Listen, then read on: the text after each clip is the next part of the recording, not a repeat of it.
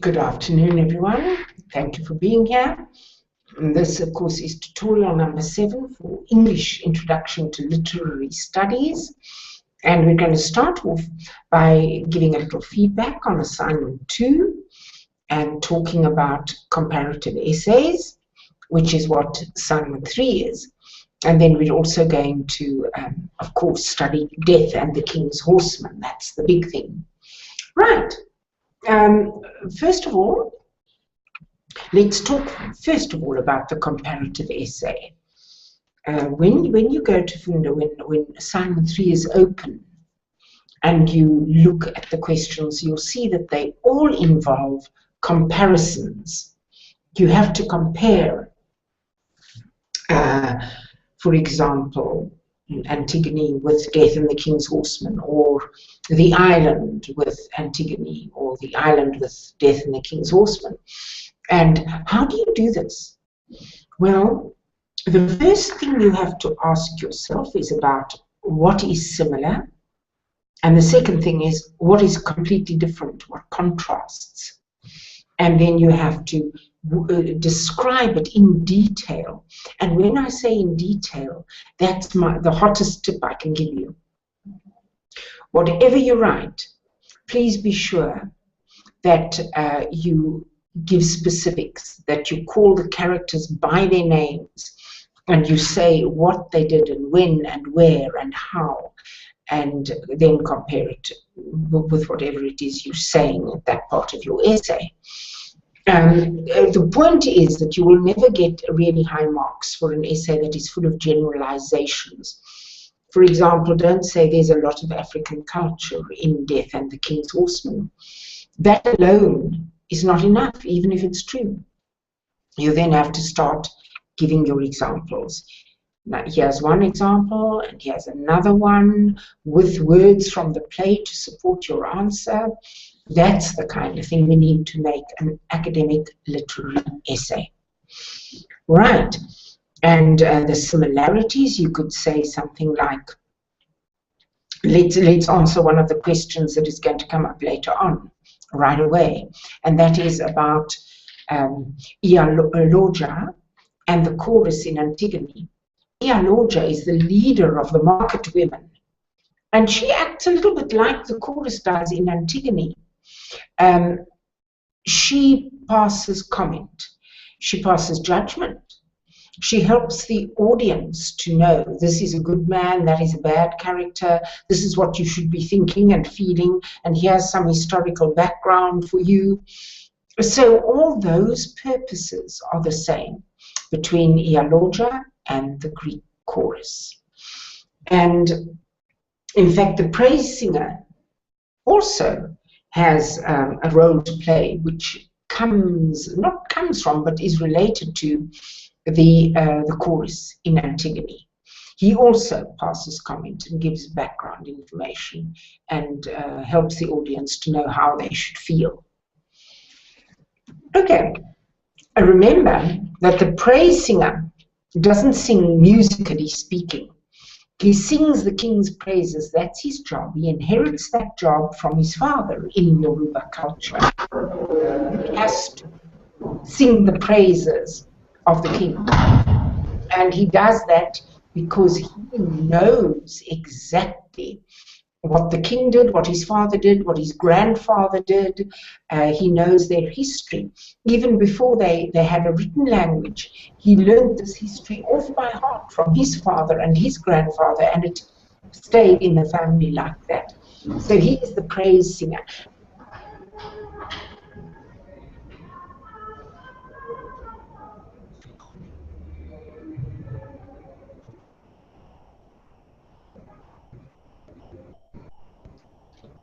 The praise singer is the one who's allowed to tell the king that what he's doing is not worthy of his ancestors, and the king may not hurt him or anything like that.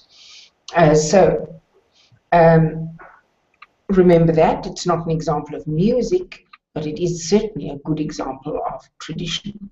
Right, so let's start now by going to our screen share, and we'll look at the feedback I promised you from the second assignment.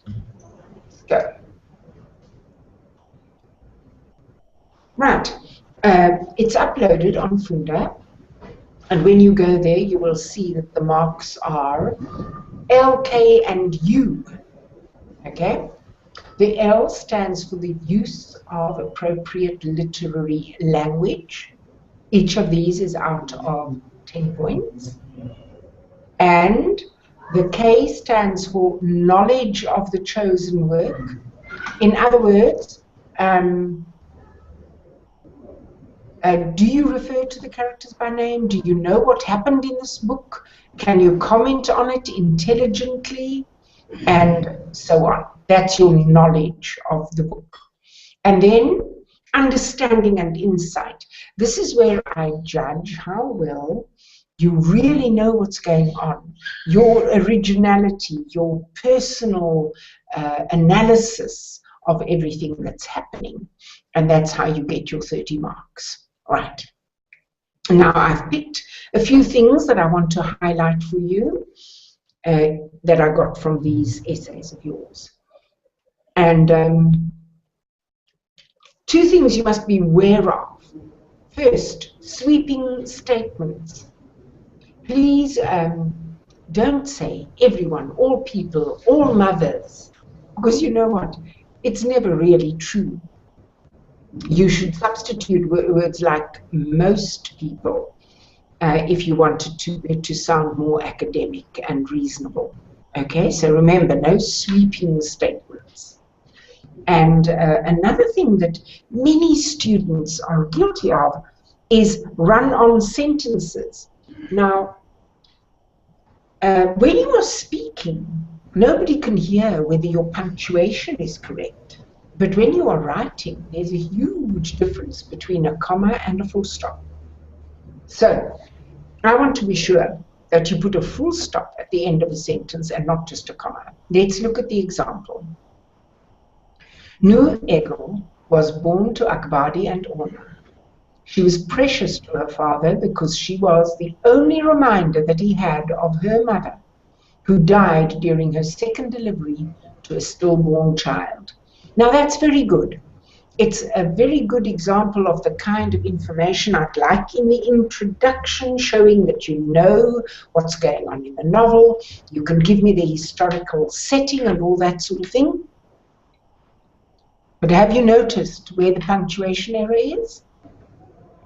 Yeah, that comma should be a full stop. Here's a sentence. Was is the main verb, nu ego is the subject, and there should be a full stop. Then you start with a whole new subject, she, and a whole new verb, was. So don't do that. Be careful of that in your own writing. Okay. The next thing I want to share with you are some of the words I picked up that you needed, vocabulary, and also words that you confused. When you bear a child, that is B-E-A-R. You also bear your sorrows and your burdens, B-E-A-R, right? But B-A-R-E, R-E is to expose, to be naked, to undress, and in that sense.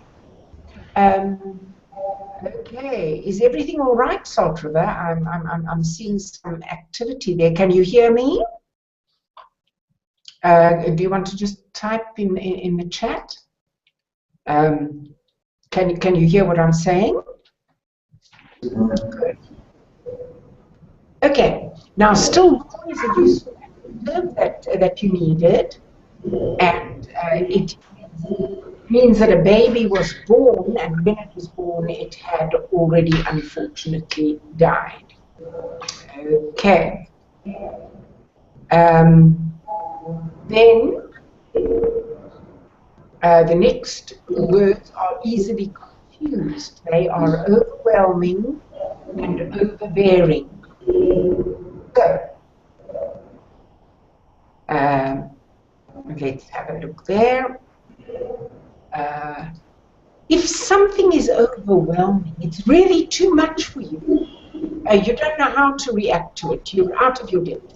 But if someone is overbearing, that means they are bossy, they are arrogant, they think that they're entitled to the world, and it's very hard to deal with that. Okay. Frenetically was a word that you actually needed. Frenetically means in a panicked way, in a very, very, very active, lively, panicky way. Not good lively, bad lively. So remember that word when you want to say that people are rushing about and they don't know what to do next and they're in a panic and the action is unbelievably fast. Good. Some students actually wrote expressions like all that jazz. Now that's far too informal for an academic essay. This student was trying to write something like such sentimental balderdash. So remember that sentimental means from the emotions, not from the mind. And sometimes sentimental is wonderful, but it has its place. And balderdash is a wonderful word for nonsense or rubbish. Okay. Another important word that you didn't know when you needed it was deprecate. Look at how to spell that and write it down and phonetically so you can use these words yourself. When you deprecate somebody, you belittle them. It can even be as strong as insult them. Often in public, you don't value them, you don't appreciate what they're doing. So remember this word, deprecate. Okay. And then next, I wanted you to know the difference between words like a novel, a book, and a text. When you are writing about, for example, the joys of motherhood, it is not a good idea to call it a book, because actually it is a novel, so be specific about your genre. And when you are talking about the different books that have been prescribed, for example, you can call them texts. Also, the words on the page can be referred to as the text. Okay, here's another mistake, common error, especially in South Africa, that I'd like you to avoid. And that is the mistake of mixing up singulars and plurals. Listen to this. This is all signs of a guilty conscience. Now, if they are signs and you're talking about all of them, it's obviously plural. So you cannot say this is, you have to say these are. These are all signs of a guilty conscience. And you spell that C-O-N-S-C-I-E-N-C-E.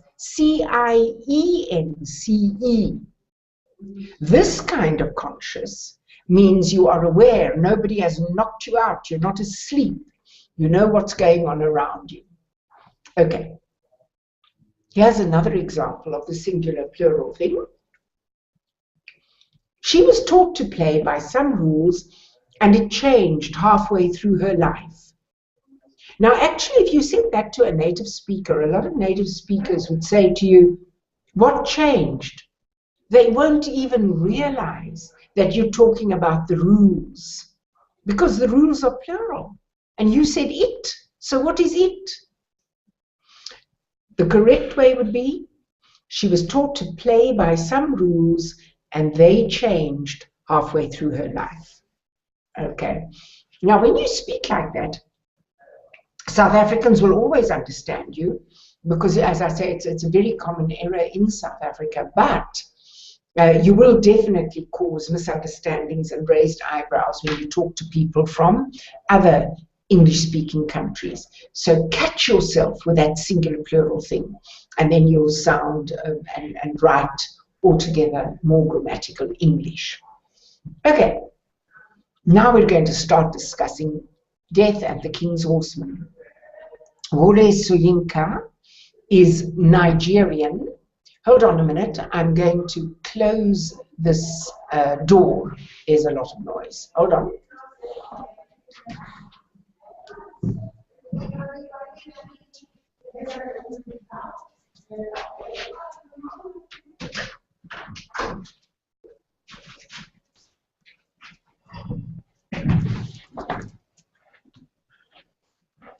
I apologize for that.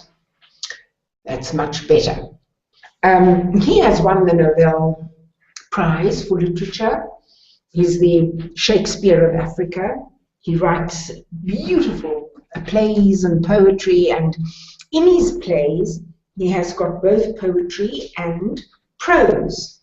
In other words, poetry is written with a certain rhythm and lyricism, whereas the prose can be quite everyday and humorous and so on, but it's all beautiful. Okay, let's have a look at this. Let me just pull up the next slide. Right, that solid bit of print there comes straight from your study guide. So if you go to lessons, you will see it there. But the point is, I'm highlighting this because if you want to understand Death and the King's Horseman, then this is the historical background that you must know. Okay? So let's read it. Excuse me. Among the ancient Oyo people, it was believed that when the king died, his horsemen had to die too, so that the king would have his horsemen to accompany him to the land of the ancestors. In Yoruba culture, now that's of course the more modern Nigerian culture, the horseman of the king is a hereditary title. When the king dies, he starts the process of becoming a prominent ancestor, and the horseman has 1 month to die, so that he can accompany the king to the final resting ground. The king's horseman would achieve this ritual suicide by the power of his will, knowing that he had to die, and so inducing death. Death and the King's Horseman is based on an actual historical event in 1946, when a royal horseman named Elisine was prevented from committing ritual suicide by the British colonial powers. Now, I do want to talk about this a little bit because to us as Christians, it is deeply shocking. And we don't understand it at all. But whether we understand it or not, it's a historical fact that these Yoruba king's horsemen really seem to be able to kill themselves by deciding to die. There was no poison, no slitting of wrists or anything like that. They knew they had to die within a month. And this man, Elisine, in the play, it's his last day. He's got to die by midnight. And he simply, by an act of will, he shuts down all his organs and he dies.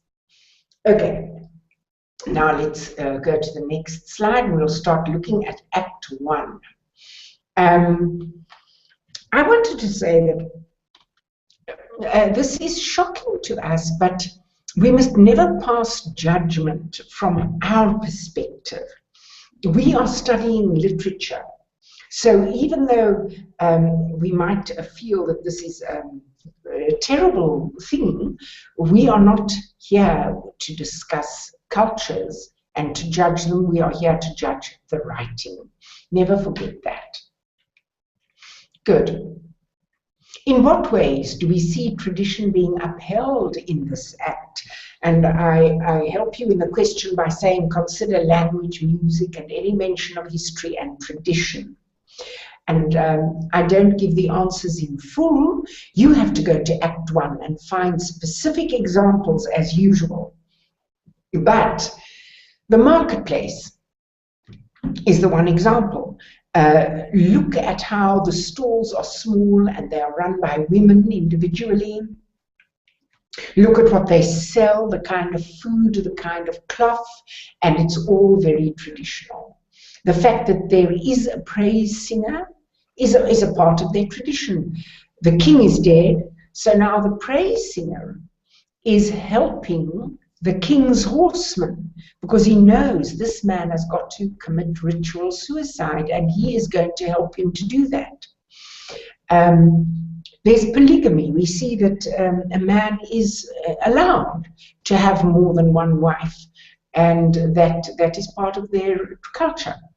And then in the language you will see so many interesting proverbs, really graphic and a beautiful example of a language, right? And there are also stories. For example, Elicene tells the story of the not-I bird in beautiful poetry. He says how the little bird who comes to announce death goes to one person after another, but none of them is ready to die. And they all say to him, "Not I, not I." But he assures the praise singer that he is ready to die. Look at the actual words in that quote. "When the hour comes, watch me dance along the narrowing path, glazed by the souls of my great precursors. My soul is eager, I shall not turn aside." So Elicene says he's ready to die. He knows he must die. He's going to dance on that little path away from this world. So it gets narrower and narrower. But the path, look at this beautiful metaphor. The path has been made as smooth as glass. It has been glazed by the souls of the horsemen who did this before him. They are his great precursors. Okay. So he's telling the praise singer not to worry, he is ready. And there's involvement with the ancestors. That's another example of the tradition and traditional religion, right? I've already talked about the role of the praise singer and the market women, led by Iyaloja, as chorus-like. Just listen to this statement that they make. "For a while we truly feared our hands had wrenched the world adrift in emptiness." It's another example of the magnificent metaphors that Wole Soyinka writes. The women thought they had displeased the king's horseman. And the king's horseman on this day, you must understand, he was like a VIP. He was like a saint to them, because he was willingly going to die in order to go and serve his king. So they did not want to make him angry. And they thought he looked angry. And just look at this hyperbole. It's a metaphor and it's also a hyperbole. The women say, "We feared that we, with our own hands, had pulled the world off its course and hurled it into a void." Okay, that's how bad it would be to make this man angry on this sacred day. Let's go on. Another question from Act 1 is what conflict is introduced towards the end of Act 1? Now, Elicene is supposed to die, but he sees a beautiful young woman, and the play makes it very clear that he loves wine and women and life, and suddenly he wants this girl more than anything. That, sorry, is a typing error there. It should be betrothed, not betroths. Okay. So Elicene sees the woman betrothed to Iyaloja's son, and he desires her. And what is incredible to us is that evidently the young man himself, and even even the woman and the man she's engaged to, they get no say in the matter. It is the man's mother who is going to decide whether to give Elisine this wish or not. To us, it is deeply horrifying, but we're not allowed to say that. We've got to just judge it according to the culture. So let's look at it. His last wish before he dies is to marry this girl. And amazingly, the young man's mother actually agrees. She gives two reasons. The first one is that this man is already on the threshold of death. He's halfway into the next world. And so she thinks that if they conceive a child, it will be the most amazing baby in the world. And that's also a superstition, of course. And then the other reason she gives is quoted here. The girl's future mother-in-law says, "It is those who stand at the gateway of the great change to whose cry we must pay heed." In other words, we must listen to him because he is standing in the door of death. And then she turns to Elisine and says, "Now we must go prepare your bridal chamber. Then these same hands will lay your shrouds." And then he tells her, don't be so insensitive, because he's being quite humorous in spite of everything. And the woman says, "Now I'm going to prepare a hut for your wedding, and soon after that, within a few hours, I will be wrapping you in your grave cloths." It's quite macabre, really. Now, let's look at question 2.1. This comes from Act 2. Act 2 takes place in the home of the district officer. Remember that 1946 is just after World War II. Nigeria is a part of the British Empire. It's a colony. The British rule it. And this district officer is, as his title suggests, the man in charge of that whole district. And this is a very important night for him, because his senior is coming to visit, and the prince himself, the Prince of England, the Prince of Wales, is going to be there. And they have organized a fancy dress ball. There's going to be dancing and a feast, and everyone is dressed up. And this man, Pilking, and his wife, Jane, have decided to wear Engungun masks as their fancy dress. These masks are masks that the elders wore when they played the part of ancestors in very sacred religious rituals. And they are totally insensitive. This is what the playwright is teaching the audience. He is showing that these people didn't care at all how their police officer, Amusa, for example, felt about it. He was utterly horrified that they even touched these masks. But worse than that, they're wearing them, and they're going to go and dance in them and use them as some kind of social entertainment. And Jane sort of tries a little bit to understand, but her husband just rejects Amusa as a savage and a fool, and the playwright is showing us his total insensitivity and his racism. Right, now let's go on to the next slide, if I can get that up. Act 2 continued. Jane is basically good-hearted. Now, in your opinion, how successful is she in understanding the local people with her brand of cultural anthropology? Well, you will have your own opinion about that, and your opinion is what I want. So that's great. You give it. She does try to warn her husband that he's being very rude and that Amusa is really upset, but he doesn't want to hear about it. And Amusa has come to see them because he has brought the news of Elassine's impending suicide. He says there's a man who's going to commit ritual death.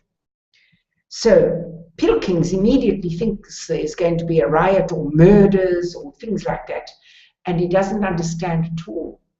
And he tries to remember who Elassine is, and then he remembers him as an old pagan and an old ram, totally dismissive and insulting in the way he sees him, because he's actually the chief and an important local man.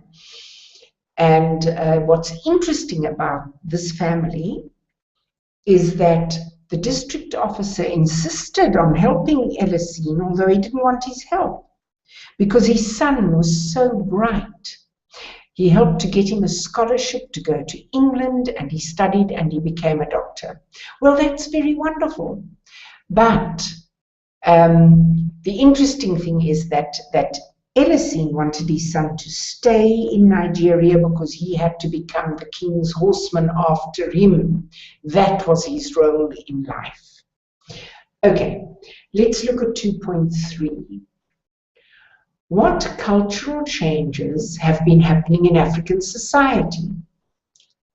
And of course, the cultural changes are the introduction of Western civilization, if you want to call it that. They're all civilizations as far as I'm concerned. And the introduction of Christianity. And some of these characters have changed a lot and some have not. So I'd like you to think of these 4 people as examples: Amusa, Joseph, Olunde, and Iyaloja. I'm just giving a brief little something about each of them. Amusa doesn't want them to touch the masks, but he isn't 100% traditional either. He has changed because he is employed as a policeman in the British administration. So he accepts a salary from them and he does that job. Now Joseph, who works for the Pilkings, is completely unfazed by the masks because as a Christian he believes they have no power. So he has changed a lot that way, but he's also changed in that he's acting as a servant to these people, which was not part of his tradition either. Now Olunde is the most interesting. He's the doctor. He's Elassine's son. And he seems to have changed completely. He speaks beautiful English, not the pidgin English that some of the local people still speak, very bad English. And he's qualified as a medical doctor. But as the play progresses, you will see that he's actually very traditional, okay, in his own heart. Now, Iyaloja is a traditionalist. She tries to help all the characters to remember and stick to their tradition, and she is firmly rooted in the marketplace or the heart of the village. Let's go to Act 3. In this act, Amusa goes to where Elassine is, and he's very confused. He can't hear if the drums are saying that it's a wedding or a funeral and what's going on. And he wants to try to stop this ritual death because the British authorities say it's wrong. But of course, all the women, the young women and the older ones, led by Iyaloja, don't listen to him. In fact, they reveal their contempt for him. They tease him mercilessly. They make jokes about him. They make a fool of him. And so we can see in this scene that the local people have got no respect for Amusa because he's willing to be a policeman. Right, that's their role, and that's what they make the audience think about. Now, in Act 3, we have talked about Preisinger, but in Act 3, what is his role? And is he fulfilling it successfully? And the answer is that the Preisinger is conducting Elassine in his passage to death. And yes, he's doing it successfully. He places him in a trance, using beautiful imagery and talking to him and encouraging him, question, answer, and helping him to leave this world. And some of his poetry is truly beautiful. Here is the praise singer. He is thinking of the people who are already in the land of the ancestors, the dead people, who will meet Edison when he dies. And to encourage him and praise him, he asks, have they eyes to gauge your worth? Have they the heart to love you? Will they know what thoroughbred prances towards them in comparisons of honor? And what a wonderful metaphor that is, because this is the king's horseman. So he compares him to a horse in this metaphor. And he says, I hope they're going to value you and appreciate you because you are a thoroughbred. You're a wonderful horse. And you are prancing, running, jumping towards them. Clothed in honor. You have done the honorable thing by dying. Caparisons are pieces of cloth often embroidered beautifully that are hung over a horse's back under the saddle so that he's dressed up for ceremony. Right. We go on now to Act 4. And in this act, Olunde, the son, is talking to Jane, the district officer's wife. And his attitude to death is very different from hers. He's trying to talk to her about it, and he says, how can I make you understand? He has protection. What he's saying is that he doesn't need the protection of the British police. No one can undertake what he does tonight without the deepest protection the mind can conceive. What can you offer him in place of his peace of mind, in place of the honor and veneration of his own people? So he's saying that he is protected by the tradition and by the great respect and love of the people for what he is doing. But Jane cannot see that at all, and she says it is still a barbaric custom. It's even worse, it's feudal. Feudal means it's like those kings in the Middle Ages and earls and lords who had the power of life and death over the people who worked on their estates. Now, the truth is that Elisine fails to die. That sounds strange, doesn't it? Yes, he's nearly there. He's in this deep trance. His voice is soft. He's distant from this earth. But we know his nature. We know how he loved life. That plays its part. And what happens is that the police arrive and they interrupt him and they interfere and they bring him back to this world violently and roughly, and they actually take him to the district officer's house to lock him up as a prisoner. They chain him. There's an old room that used to be used in the days of slavery, and they actually chain him up. And Olunde, who is there talking to Jane, sees that his father is still alive. How does he react? Well, to him it is a calamity. He's horrified, and he says to his father, give me back the name you have taken away from me, you ghost from the land of the nameless. And he also says, I have no father, eater of leftovers. Because in that society from now on, he's going to be a beggar, an outcast. He has failed in his sacred duty.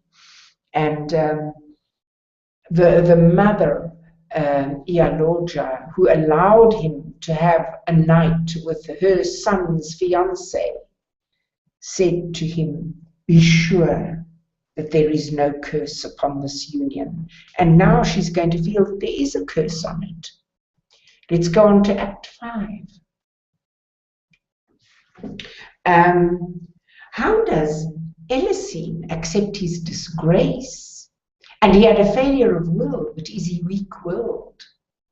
Let me answer the second part first. He had a failure of will when he came back to this world instead of dying, but he has a very strong will. We have seen that in his interactions with other people, and we've seen it in that he got himself to a point very near death just by the power of his will. And so, does he accept his disgrace? The answer is yes, but he is a broken man. He has no self-respect himself anymore. And he says to Pilkings, "You have shattered the peace of the world forever. You did not save my life, district officer. You destroyed it." So what he's saying is that this interference, this fact that he couldn't go and join his king, has wrenched the world out of kilter, just as those women in the marketplace feared it would. So Ialoja has a lot to lose by this. Her future daughter-in-law has been deflowered. She is an upholder of the values and traditions, and she is furious. She won't even call Elisine by his name. She comes to the palace bearing terrible news. And I'm going to spoil the story and tell you the terrible news right now. It is that Elisine's son, Olunde, has died in his place. It was his job to do that because he inherited from his father the role of the king's horseman. And when his father failed to die, he felt he had to die. So you see how traditional he actually was in his heart.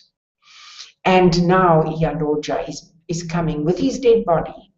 And she wants Elisine to release the king, set him free, and also his son Olunde, so that their spirits will not wander around. They will be free to go together to the land of the ancestors. And she brings that young woman, the bride, with her. And this is what she says. "At least we hope the man we once knew as Elisine remembers the lesser oaths he need not break." In other words, he has broken his big oath, but he doesn't have to break this one as well. Right. So she introduces him in a way when she pulls the blanket off the dead body to his own son by saying, "Your courier, Elisine, cast your eyes on the favored companion of the king." And Elisine is so horrified that he uses the chain that they have chained him with and yanks it around his neck and breaks his own neck very quickly before the guards can stop him. So he, in the end, is also dead. And it's a terrible story about the worst parts of culture clash and misunderstanding and so on. So there you are, lots of food for thought. The final question, Ialoja is a kind of earth mother or matriarch. How is her role similar to that of the chorus in Antigone, and how is it different? And I've already explained right at the beginning how it is similar. They both pass comments on the culture, the society, the setting. They tell you who is good and whose behavior is good or bad. They tell you what to feel and what to think to a large extent, but Ialoja is an active participant. She isn't just a chorus passing commentary. Okay, thank you for being here, and I hope you really enjoy writing your comparative essay. Goodbye.